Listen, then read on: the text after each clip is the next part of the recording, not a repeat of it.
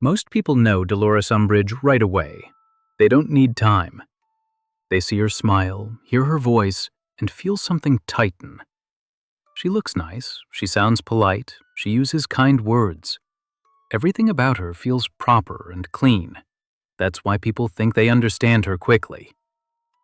They say she's mean, they say she's evil, they say she's the worst. Those words come fast because the feeling comes fast. Dolores doesn't look scary. She doesn't shout. She doesn't break things.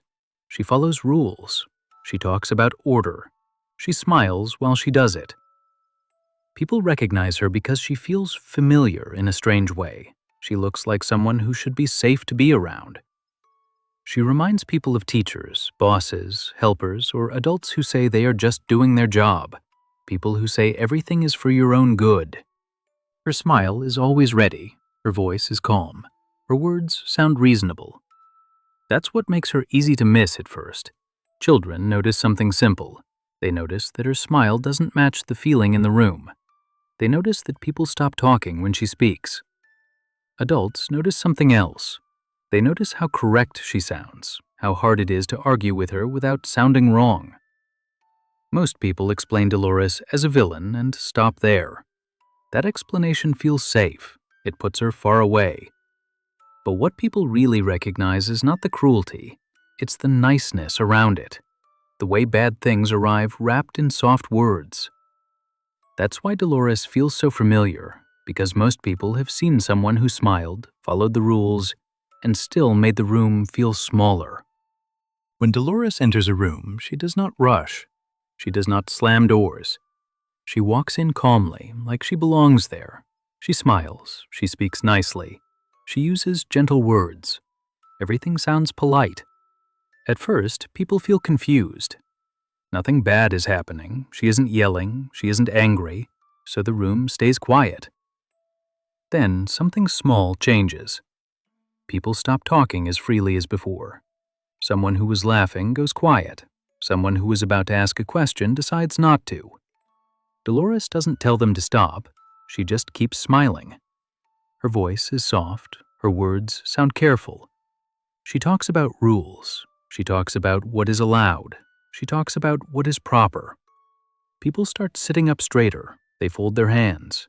They look at her when she speaks. Not because they want to, because it feels safer. Someone tries to explain themselves. Dolores listens kindly. She nods. She smiles again. Then she says no. She doesn't shout, she doesn't argue, she says no in a calm way that sounds final. The room feels smaller now. People start choosing their words very carefully. They don't want to sound rude, they don't want to sound wrong. Dolores never looks upset, she never raises her voice. That makes it harder. If she were loud, people could push back. If she were angry, people could complain. But she is polite, so people doubt themselves instead. Someone looks down at the floor, someone else looks at the wall. A few people stop moving at all. Dolores keeps smiling. She keeps sounding kind. She keeps talking about rules. The discomfort doesn't come from danger. It comes from not knowing how to disagree without getting in trouble. Nothing breaks, nothing explodes, but everyone can feel it. The room is still. Too still. You don't only see this with Dolores Umbridge. You see it in real life, in places that look normal and safe. You see it at school. There is an adult who smiles a lot and speaks softly. They say they care. They say rules are important. They say everything is being done properly. Children stop asking questions, not all at once, but slowly. A child raises their hand, then puts it down. Another child looks around before speaking and decides not to. Soon, the room becomes quiet in a careful way. No one is shouting, no one is angry, but everyone is watching themselves. You see it at work. Someone speaks calmly and politely. They say they are just doing their job. They say they are following the rules. People stop sharing ideas. They stop saying, "What if?" They start checking their words before they speak.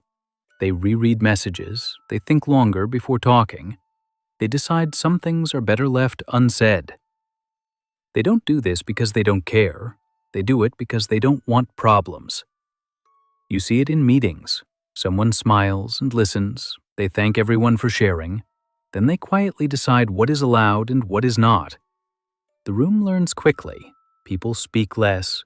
They wait to be asked. They agree more. You see it in offices, hospitals, waiting rooms, and homes. Anywhere there are rules and someone holding them while smiling. The person doing this often looks kind.